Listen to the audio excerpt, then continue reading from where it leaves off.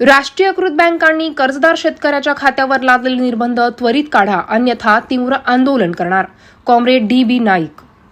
संपूर्ण महागाव तालुक्यामध्ये अतिवृष्टी व महापुरामुळे शेतकऱ्यांचे प्रचंड प्रमाणात नुकसान झाले होते आणि तालुक्यातील शेतकरी पूर्णपणे उद्ध्वस्त झाला होता.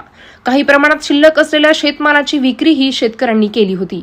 त्या शेतमालाचे पैसे शेतकऱ्याच्या राष्ट्रीयकृत बँक खात्यामध्ये जमा झाल्यानंतर थकीत कर्जदार शेतकऱ्यांच्या खात्याला राष्ट्रीयकृत बँकांनी निर्बंध लावल्यामुळे शेतकऱ्यांना आपल्या खात्यातील रक्कम काढणे जमत नसल्यामुळे शेतकऱ्यांसमोर आर्थिक संकट उभं ठाकलं होतं.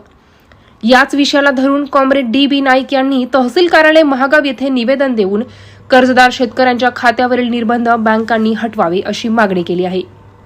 एकीकडे राज्य सरकारकडून 7/12 कोरा करण्याचा नारा दिला आहे, परंतु अद्यापपर्यंत शेतकऱ्यांची कर्जमाफी सुद्धा झाली नाही.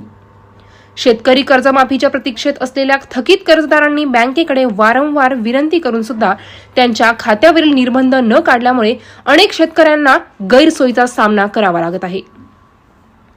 तरी त्वरित कर्जदार शेतकऱ्यांवरील खात्यावरील निर्बंध काढून देण्याची मागणी कॉम्रेड डी.बी. नाईक यांच्या वतीने करण्यात आली आहे. जर ही मागणी मान्य न झाल्यास तीव्र आंदोलन करण्याचा इशारा त्यांनी प्रशासनाला दिला आहे. मराठी 9 न्यूजसाठी सचिन ओबाळे, महागाव.